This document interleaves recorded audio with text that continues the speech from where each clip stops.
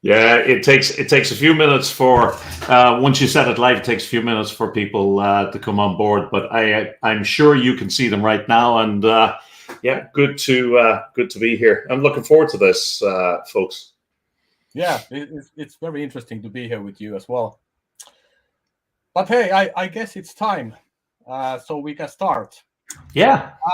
Hello, everybody online as well, and warmly welcome to this LinkedIn event hosted by Adeptus Partners. And as you know, we have had these LinkedIn events two already, and these are really strongly linked to the next week's Tunneäly Summit event, which is the main event on the field of emotional intelligence in Finland for this year, 2023. So my name is Petri Karjalainen, and I work as an emotional intelligence coach at Adeptus Partners. And some instructions to you people online, just a short one. I guess you see there is a chat comment box. And as we go forward on this discussion, you can write your questions or comments in Finnish or English. And I do my best then to give them to our guest as well and translate them when needed. And actually, today we have a very special guest with us. This man has a lot of experience on emotional intelligence theme overall. So I guess you can ask almost everything from him later if you want. But he's also the man behind this great company called Genos International that we work with. And Genos International specializes in the assessments and development of emotional intelligence in the workplace, which is, of course, as you know, a big theme in Finnish business market at the moment. And this man's name is Mr. Deiric McCann. Welcome, Deiric. Thank you. It's great to be here. Really delighted to be here. Yeah, I agree. Deiric, I'm sure there are a lot of people online that perhaps they haven't heard about you or Genos before. So I would now like to give you some stage time, and you can just tell freely about the background, the history that has led to you here today and the world of emotional intelligence. Yeah, delighted to do so, Petri. You gave me credit that I don't deserve. I am the man responsible for Genos in Europe, but the company was actually founded by a gentleman in Australia called Ben Palmer in the year 2002. And then myself and Ben did a joint venture to bring Genos to Europe in 2016. So we're now into our seventh year here in Europe, and we have a very particular approach to emotional intelligence. I think the majority, not the majority, but that no other emotional intelligence provider has, and that is we focus very distinctly on how people show up, on the behaviors that they bring into the room, because we all have a choice every time we come onto a meeting like this, when we have a telephone call, when we meet somebody. We have a choice as to what behaviors, what attitudes, what way of being we bring into the room, and that's really important because the way we show up or the behaviors we bring into the room, they directly impact the way the people we're interacting with feel. The way they feel determines the extent to which they care to engage with us or not, and then the outcome of that engagement or that interaction is totally dependent upon the extent to which they've engaged. So the approach that we take with emotional intelligence is we help people to understand, how do I need to show up to engage and impact people in the way that I need to, and that's the reality. And whether you're talking about a business environment where the way I show up to my client determines how they feel, the way they feel determines the extent to which they engage, but it can also be, the way you show up to your children. If you're in an office today and you go home at the end of the day and you walk in through the door, you have a choice as you're turning the key in the door. You have a choice as to how you're going to show up. And that choice determines how the kids feel, how your significant other feels, every interaction we ever have. So that's what brought me originally to emotional intelligence. Yeah, that's really interesting and really the cornerstone on every human relations between people. Um, I also use that phrase that you just said a couple of Yeah, times, how you show up, and yeah, that really well puts together very shortly about the thing that is all about, and yeah. I just love it. Hmm. All right, very good. Um, uh, could you also tell a bit more about now when you have been in this world of emotional intelligence so many years? Uh, um, could you give some stories or tell us how much it has affected into your life? Which kind of Yeah, experiences you have experienced or things learned during this? yeah.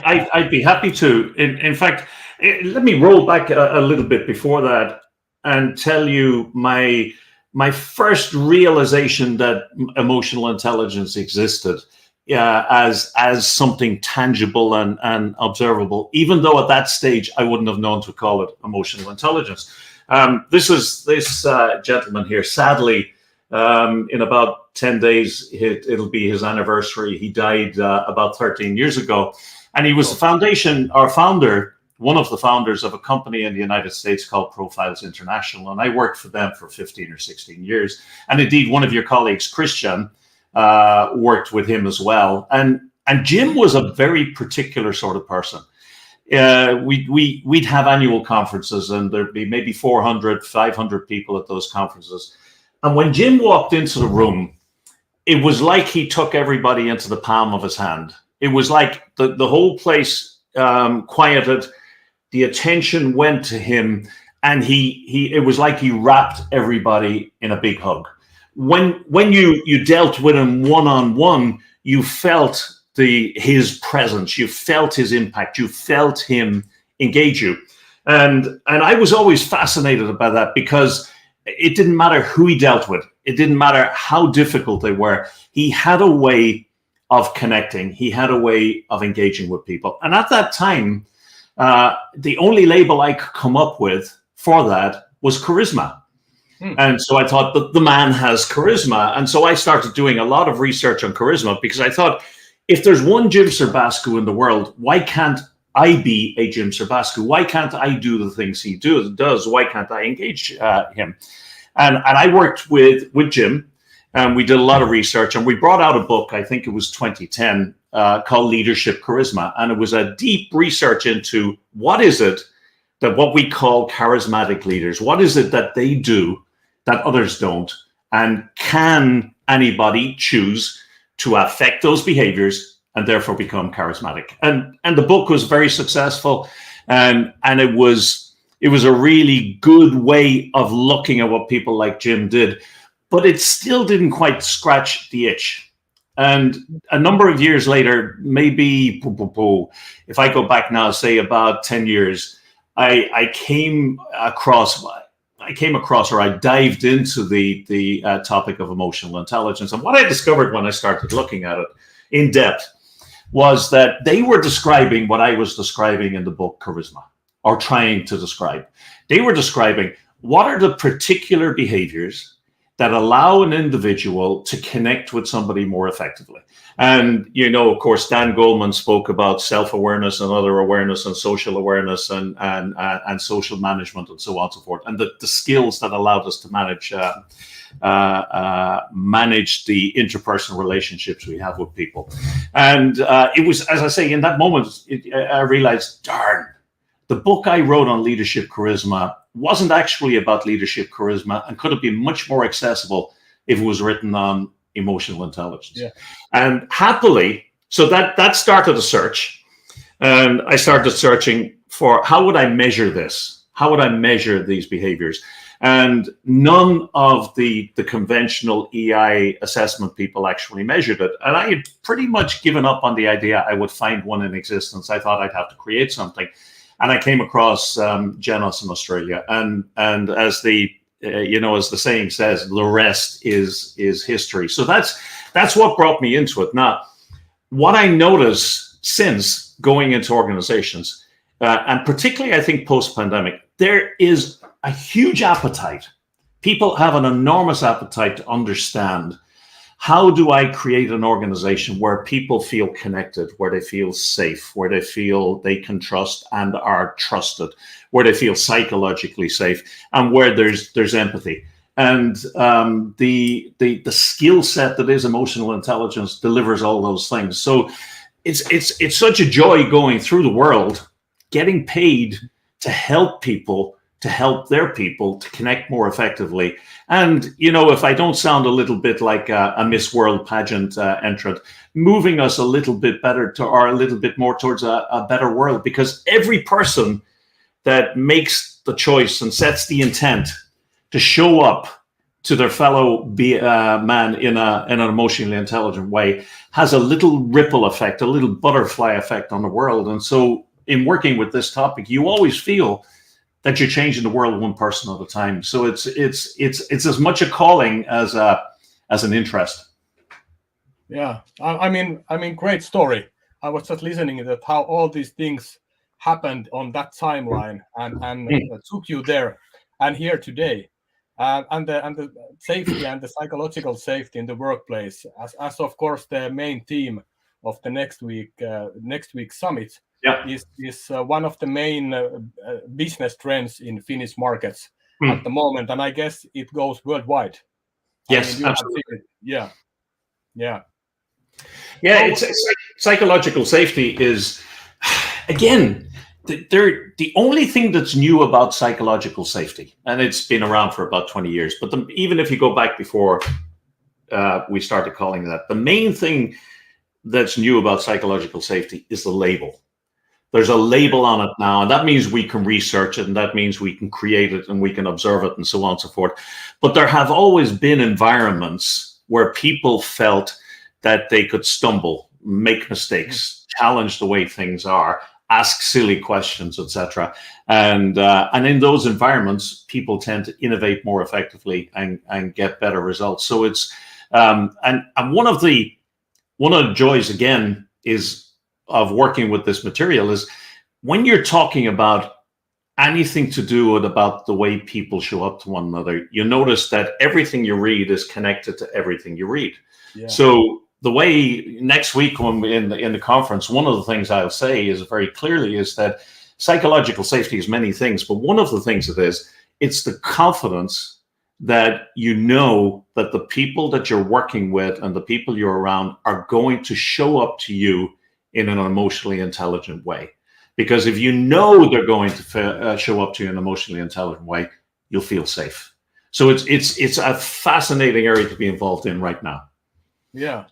So if I summarize that, psychological safety is the confidence that you feel that you can do mistakes, that you are in a safe place and you can openly tell your ideas, and not to be afraid that you would be hit down or people would make you feel stupid or small in a way.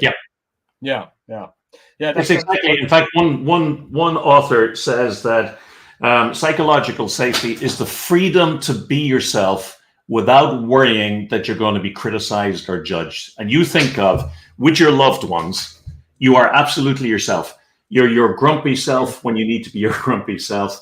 You're your goofy self selling silly jokes. Your stupid self asking silly questions, etc. And you feel totally comfortable. You feel totally psychologically safe. Psychological safety is the expression of that sense that I can just be me. I don't have to censor what I'm saying. I don't have to take the words out of my mouth before I look at them and wonder, will Petri like this or not? I can just be myself, and I know I'm not going to be judged. It's if we can create a psychologically safe business world, we create an entirely different world. Yeah. That environment sounds beautiful. I mean, I hope in every workplace that could be a possibility. It is a possibility, decidedly possible, but it takes work. Yeah, and time, I guess. It takes time, and also here's the reality: as human beings, so you think of yourself, and I include myself in this, and everybody else I know, we are terribly judgmental. And when somebody stumbles, makes a mistake, asks a silly question, our most immediate inclination is to laugh at them, make fun of them, take the piss out, excuse my language, take the mickey out of them, to judge them. It's a normal, natural human inclination. And so we have to kind of learn how to manage that appropriately. So it can be done, but it takes a little bit of work. Yeah. Especially on yourself. I mean, that you need to control yourself. Without a doubt. Not just point to other people. Yeah, for sure.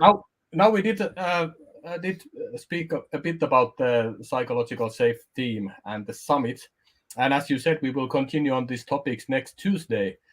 Is there still some insight or topics that you can reveal to us already that you are going to speak or show in the summit? Not to reveal too much, of course, that there are... Of course. You got to pay to see the whole thing. Yeah.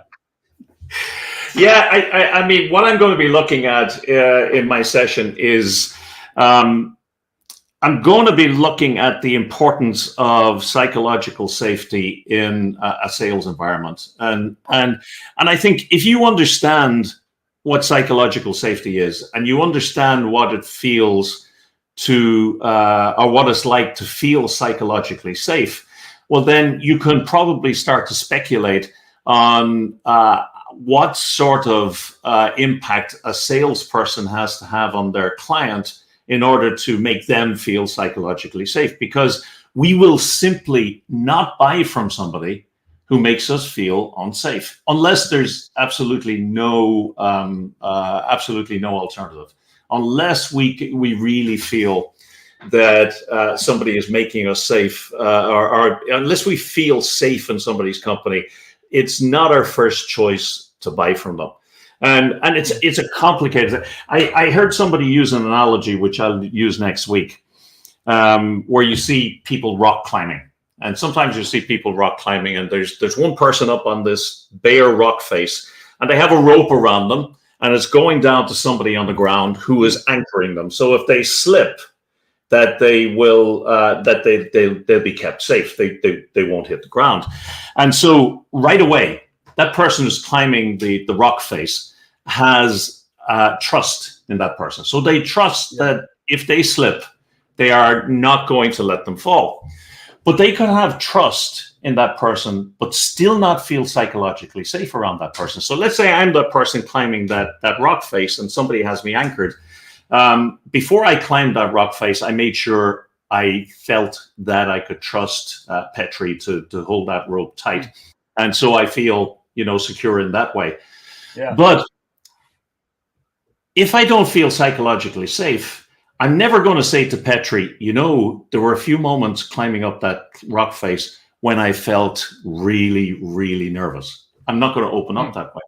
I'm not going to open up to Petri and say, halfway up, my technique deserted me, and I'm not sure. I know I did that really badly. Can you tell me, how would you go about doing that? Or I'm not going to say to Petri, the way you told me to climb that rock face, well, it was wrong because I found a better way of doing it. So I can have trust, and I can have a good relationship with somebody, and I can have trust. Yeah.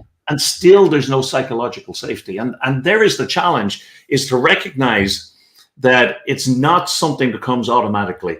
Everybody in a workplace has to be bringing psychological safety into it, because if they're not bringing it in, they're taking it out. There's no middle ground.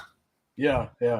So in a way, that even if you have the trust, you don't have the confidence to reveal your weak points or kind of situations that you weren't as your strongest.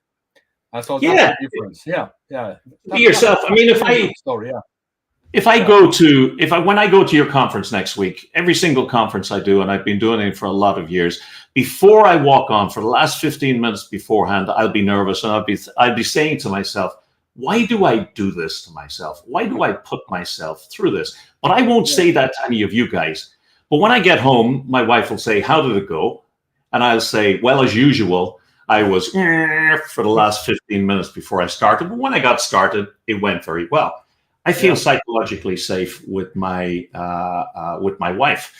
But until the team that I'm working with actually overtly demonstrate to me that that I can be psychologically safe around them, well then I don't feel free to be so. I hope that makes some sense to you. So I can have total trust. I can like people, I can like people, love them, but not have psychological safety. So you have to, it has to be overtly focused upon to make it work. Yeah. So for the next week, Tuesday, I mean, if you have that feeling next week, Tuesday in Finland, if you want, I promise to do my best to give you the prep talk before you go on stage. We can try that if you want. Super. I'll make a point when I feel the first nerves coming on. I'll make a point to turn around to you, Petri, and say, "I'm feeling it. I'm feeling it." By the way, when I look at butterflies, that nervousness. When I look at that nervousness, I always look at it as a good thing. I had a colleague in the United States, actually. Your colleague Christian will know him, but I won't mention his name. And he had never had any nervousness when he was presenting. And because he never had any nervousness, he never prepared adequately. And so he wasn't the best presenter ever put into shoes. So that nervousness, that fear of falling in your face can be a really positive thing. It makes you check it, double check it, tick the boxes and dot the I's. Yeah, really take it seriously. I totally really take it seriously. Yeah. You know, Deiric, as we talked in the beginning, that we are sure we can fill the 20 minutes really easily, and we did. And now we are actually 1 minute overtime already, but that's okay. No stress.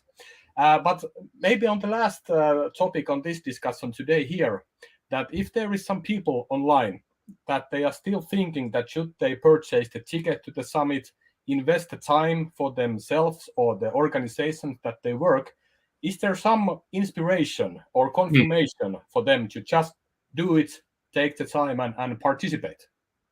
Yeah, I would say two things. If there's a part of you that finds the idea of emotional intelligence and psychological safety appealing, well, then that means already that you're the sort of person that needs to be there, because it's a topic that will grab some people by the heart and will really engage them. And if you're feeling that pull, well, then you should be there for two reasons. One is, if you go along to that event and you only get one idea, if you only get one simple idea that you can apply, if you only learn one new piece that makes it more possible for you to bring that back into your world, that's worthwhile. But the second thing is, there is nothing quite as nice as being in the company of people who are your people. And when you get a couple of hundred people who are really into emotional intelligence, psychological safety, empathy, and all that goes with that, there is a particular atmosphere that honestly you can't buy. It's good for the soul, it's good for the heart, it's also good for the brain. Yeah, I can confirm that right away. I believe in that way as well. Yeah. But okay, Deiric, I really wait next week to continue our discussions when we find time for that, and I'm ready with my prep talk if it's needed in any place. I'm going to call on you for sure. I'm going to take you up on that for sure. Sure. Now you do. Yeah. Thank you, Deiric. No, really great pleasure. Thank you. Yeah. And for all the people you online, there is next also a QR code that you can just scan with your phone and purchase the tickets. You can be online or you can come to the summit. It's on Hilton Strand at Hakaniemi in Helsinki. And just don't be a stranger. Make new friends there and bring your colleagues. And I'm sure it will be an awesome event for this year, and especially for the spring, now when the sun is starting to come up again. So thank you, everybody. And thank you, Deiric, again. And let's see each other next week on Tuesday. Thank you. Bye. See you then. Take care. Bye-bye.